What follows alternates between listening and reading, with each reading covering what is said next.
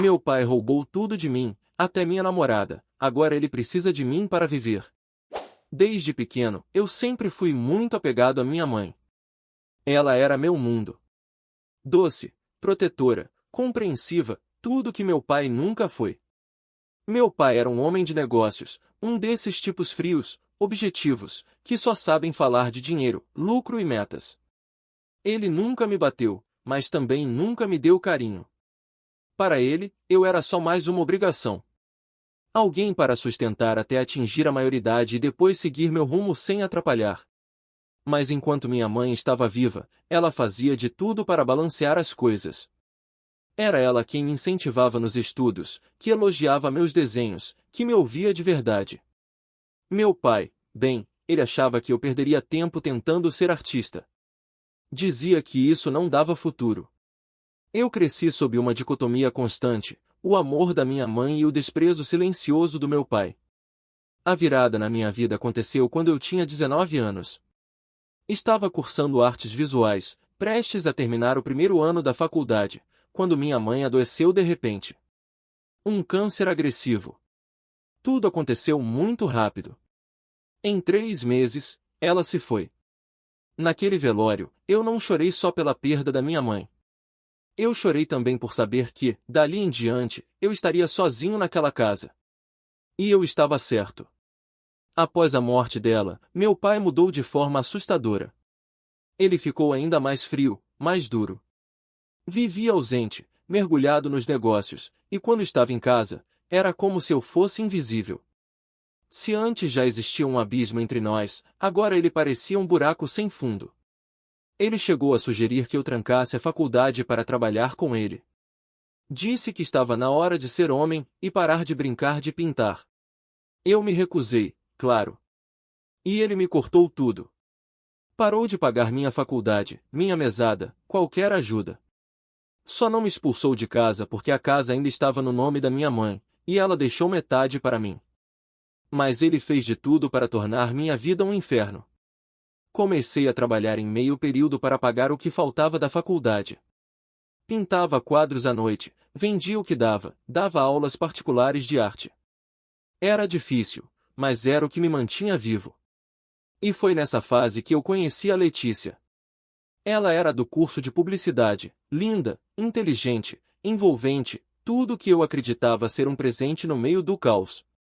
Ela me apoiava nos meus projetos, se interessava pela minha arte, dizia que acreditava no meu talento. Eu acreditei nela. Eu a amei. Nós namoramos por quase 2 anos. Só que eu nunca imaginei o nível de traição que viria pela frente.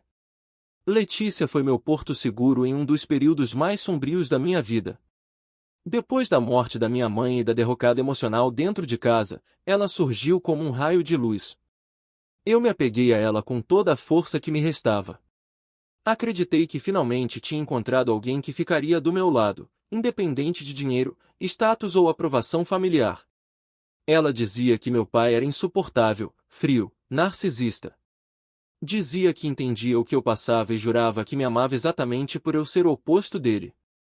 Mal sabia eu que, enquanto dizia essas palavras, ela estava plantando as sementes da maior traição da minha vida.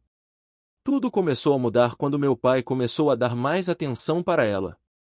No início, eu achei que era apenas educação, ou melhor, o máximo de educação que ele conseguia demonstrar. Mas algo estava estranho. Ele, que nunca tinha se importado com nenhuma parte da minha vida, agora estava curioso sobre meu relacionamento. Fazia perguntas sutis demais para serem inocentes. Ela ainda está com você? Uma garota bonita dessas. Letícia, por outro lado, começou a agir estranhamente. Começou a passar mais tempo sozinha. Dizia que estava sobrecarregada, que precisava de espaço. Começou a se arrumar demais para coisas simples, a sair sem me avisar, a esconder o celular. Eu quis acreditar que era apenas uma fase. Estávamos juntos há 2 anos. A ideia de desconfiar dela me corroía por dentro. Até que um dia, eu descobri tudo. Eu tinha aula pela manhã, mas naquele dia, o professor cancelou de última hora. Voltei para casa por volta das 10 horas e encontrei o carro dela na garagem. Achei estranho, porque ela tinha dito que estaria em reunião no estágio. Entrei em casa em silêncio, confuso. O silêncio era absoluto, mas não vazio. Era o tipo de silêncio que escondia algo. Ao subir as escadas, percebi a porta do quarto do meu pai entreaberta. E lá estava ela. Letícia. Na cama. Com o meu pai. Meu corpo travou. Meu cérebro parou. Foi como ser apunhalado no peito e, em vez de sangue, escorrer vergonha, raiva e incredulidade. Ela se assustou quando me viu, mas o rosto do meu pai, ele não demonstrou nem remorso. Apenas olhou para mim como se eu fosse um incômodo, uma criança birrenta que chegou antes da hora. Letícia tentou se justificar. Disse que eu era imaturo. Que precisava de alguém mais estável, mais decidido. Disse que meu pai a entendia mais do que eu jamais entenderia. Ela teve a cara de pau de dizer: se você parar para pensar, isso é o melhor para todo mundo. Eu saí de casa naquele mesmo dia. Fui direto para a república de um amigo da faculdade e dormi num colchão no chão por semanas, chorando. Sentindo um vazio que só quem foi traído pelos dois pilares mais importantes da vida consegue entender. E como se não bastasse, algumas semanas depois, Letícia apareceu grávida, do meu pai. E ele, assumiu. Fez questão de dizer para todos que estava construindo uma nova família, aos 55 anos. Com a ex-namorada do próprio filho. Mas o destino é cruel. E paciente. Um ano depois, ele foi diagnosticado com insuficiência renal crônica. E agora, precisava de um transplante. De alguém compatível. De mim. O homem que destruiu minha vida, agora precisava da minha ajuda para viver. E eu? Eu estava no comando agora.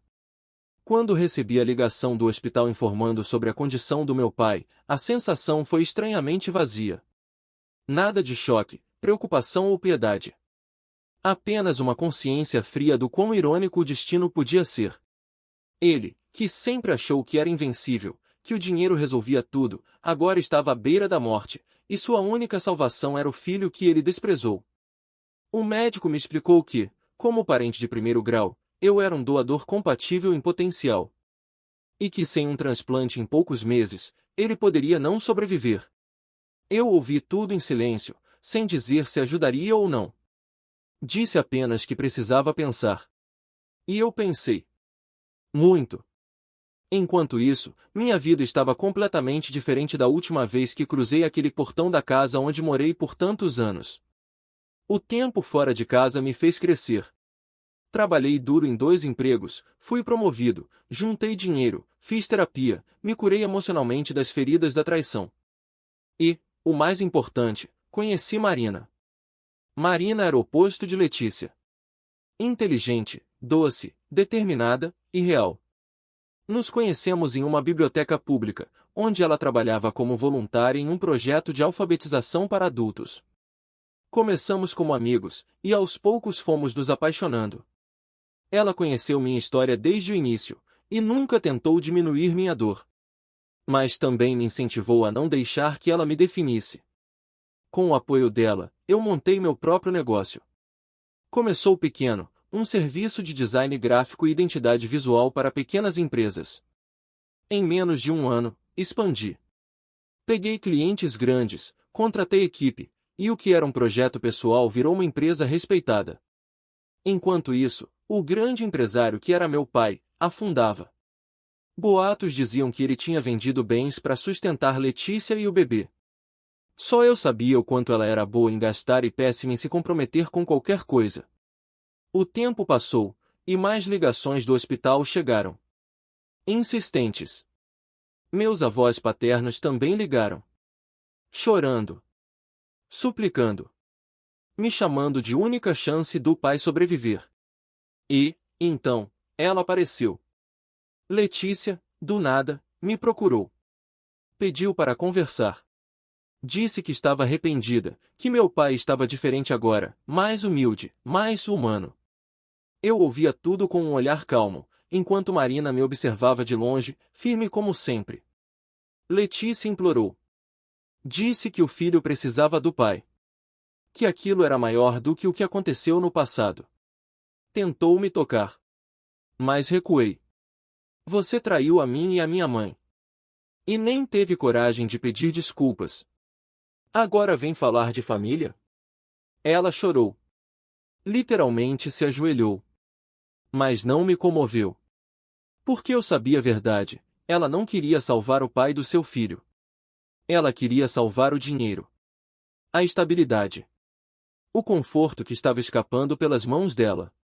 Então aceitei encontrar meu pai no hospital. Ele estava magro, abatido, irreconhecível. E mesmo assim, tentou manter a pose. Filho, você sabe que só você pode me ajudar.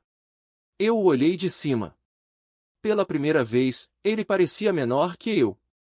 Sabe o que é irônico? Você me tratou como lixo, me humilhou, me roubou a mulher, destruiu minha confiança, e agora, precisa de mim para sobreviver. Eu cometi erros, ele murmurou, fraco. Não, você fez escolhas. E agora vai viver com as consequências. Me levantei e fui embora. Sem culpa. Sem raiva. Apenas livre. A visita ao hospital foi a última vez que vi meu pai com vida. Não porque ele morreu logo em seguida, ele ainda resistiu por mais algumas semanas. Mas porque naquele dia, tudo foi selado entre nós. Não havia mais ponte para reconstruir. Não havia mais vínculo, apenas o sangue, e nem isso bastava. Depois da minha recusa, começaram as tentativas desesperadas. Ligação atrás de ligação, e-mails emocionados de familiares que antes nunca moveram um dedo por mim. Até mesmo uma visita surpresa de Letícia à sede da minha empresa. Mas ali, seguranças a retiraram antes que ela sequer passasse da recepção. Ela tentou armar um escândalo. Gritou que eu estava condenando meu próprio pai à morte. Que eu era vingativo, frio, cruel. Mal sabiam eles que minha consciência estava tranquila. Eu não queria que meu pai morresse. Mas não era minha responsabilidade salvá-lo. Ele teve a vida inteira para fazer diferente. E escolheu fazer pior. No meio disso tudo, uma nova bomba estourou. O suposto filho que Letícia dizia estar esperando, não era do meu pai. Descobri isso através de Marina. Um amigo em comum que ainda tinha contato com antigos conhecidos da Letícia compartilhou que ela havia feito 2 testes de paternidade escondidos. Um com o meu pai e outro com um terceiro homem. Nenhum dos 2 bateu. O terceiro, segundo rumores, era um cara que ela conheceu numa viagem durante a fase secreta do relacionamento dela com meu pai. Ou seja, a família perfeita que ela tentou construir em cima da traição não passava de uma farsa mal costurada. A criança era inocente, claro, mas toda a estrutura de mentiras que ela criou começou a desabar sobre ela. Letícia, sem mais apoio financeiro do meu pai, que gastava os últimos recursos tentando sobreviver, passou a depender da ajuda dos pais dela, que não viam com bons olhos o que ela havia feito. A rejeição social também foi cruel. Amigos se afastaram. Ela não podia ir a um restaurante sem cochichos ou olhares tortos. E enquanto isso, eu crescia. Minha empresa foi convidada para representar o país em uma feira de inovação internacional. Recebemos um prêmio. Saí em capas de revistas de empreendedorismo. Me tornei referência em superação e gestão emocional pós-trauma. E Marina estava ao meu lado em cada passo. Ela também brilhou, abriu uma ONG de alfabetização para adultos, foi reconhecida por seu trabalho humanitário, virou palestrante, ganhou prêmios. Nós crescemos juntos, e isso era algo que nunca teria acontecido com alguém como Letícia, que só pensava em receber, jamais em construir. No fim do mês, recebi um aviso do hospital: meu pai havia morrido. Nenhum testamento. Nenhuma palavra de despedida. Nenhuma carta. Só silêncio. E, curiosamente, paz. O enterro do meu pai foi simples. Menos pessoas do que eu esperava, considerando a influência que ele já teve. Talvez porque, no fim, a máscara caiu, e muitos viram quem ele realmente era. Um homem que se alimentava de poder e controlava todos ao seu redor com dinheiro, até que não restasse mais ninguém. Fui, não para chorar por ele, mas para encerrar um ciclo. Eu precisava olhar para aquele túmulo e ter certeza de que aquilo não me definia mais. Letícia apareceu, claro. Com olhos inchados, aparência acabada, e uma expressão que misturava desespero e raiva. Tentou se aproximar de mim, mas Marina, firme como sempre, se posicionou ao meu lado. Você devia agradecer por ainda estar de pé. Se fosse comigo, você já teria sido processada por assédio, invasão de privacidade, calúnia e mais um monte de coisa. Disse Marina, olhando direto nos olhos dela. Letícia apenas riu, amarga. Você não entende. Tudo isso era para ser meu.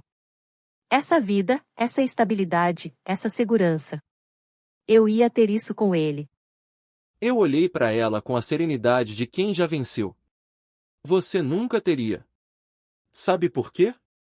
Porque você não constrói nada, Letícia. Você só consome. Você usa pessoas como trampolins. E quando elas param de te empurrar para cima, você joga fora. O problema é que o mundo real cobra. E agora tá cobrando a fatura. Ela tentou gritar mais alguma coisa, mas foi contida pela mãe dela, que, envergonhada, murmurou um pedido de desculpas e a afastou. Ver aquilo me deu um certo alívio.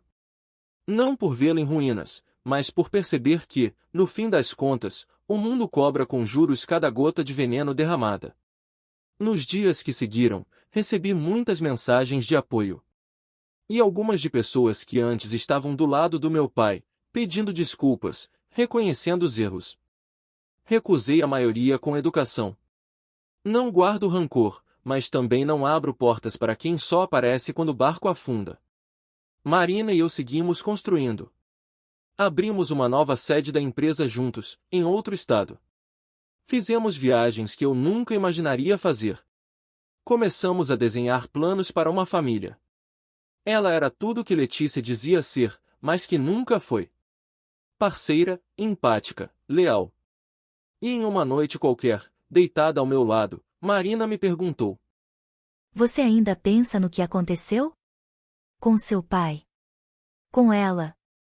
Eu respirei fundo e respondi, com sinceridade: penso, sim. Mas não com dor. Agora penso com gratidão. Foi o fundo do poço que me ensinou a construir escadas. E foi a traição que me mostrou o valor da lealdade. Meses depois da morte do meu pai, a vida finalmente ganhou outro ritmo. Já não havia mais fantasmas me assombrando ao acordar. Os pesadelos deram lugar a sonhos reais: abrir filiais da empresa, ensinar jovens empreendedores carentes, viver uma vida tranquila com quem realmente me respeita e me ama. Letícia? Ela afundou ainda mais. Soube que, após tentar voltar a trabalhar com influenciadores, ela foi exposta por uma série de mentiras e golpes pequenos. O nome dela virou motivo de piada em grupos online e nos bastidores de quem ainda tentava lhe dar uma chance. O último contato que tive sobre ela foi de um amigo em comum dizendo que ela estava vendendo roupas usadas em plataformas online para pagar aluguel. O pai dela, antes orgulhoso, agora nem mencionava o nome da filha. E mesmo assim, eu não a odiei. Porque percebi que, no fundo, ela era apenas mais um reflexo da educação egoísta e mimada que o mundo moderno produz. Quanto ao meu pai, bom, ele deixou um testamento dividido em partes. A empresa que ele criou acabou sendo dissolvida, e muitos dos bens que ele acumulou foram para quitar dívidas e acordos mal feitos nos últimos anos de vida. O único bem que herdei foi uma casa antiga em ruínas, a mesma onde ele me trancava no porão para me educar quando eu era criança. Recusei. Doei o imóvel para ser usado como abrigo para jovens em situação de rua. Um jeito simbólico de transformar um lugar que foi meu inferno pessoal em um espaço de recomeços. O verdadeiro legado do meu pai, ironicamente, foi me ensinar tudo o que eu não quero ser. Hoje, minha empresa prospera mais do que nunca. Marina está grávida, de uma menina. Quando ela me contou, chorei. Não de medo, como imaginei que choraria um dia, mas de alívio. Porque agora eu sabia que aquela criança teria tudo que eu não tive: amor, respeito, liberdade. E numa tarde calma, segurando a barriga de Marina enquanto ela ria das cócegas que o bebê fazia, eu entendi. A vingança verdadeira é viver bem. É deixar para trás. E eu deixei. Deixei Letícia no passado. Deixei meu pai na terra. E deixei o ódio no caminho, enquanto escolhi andar com o amor.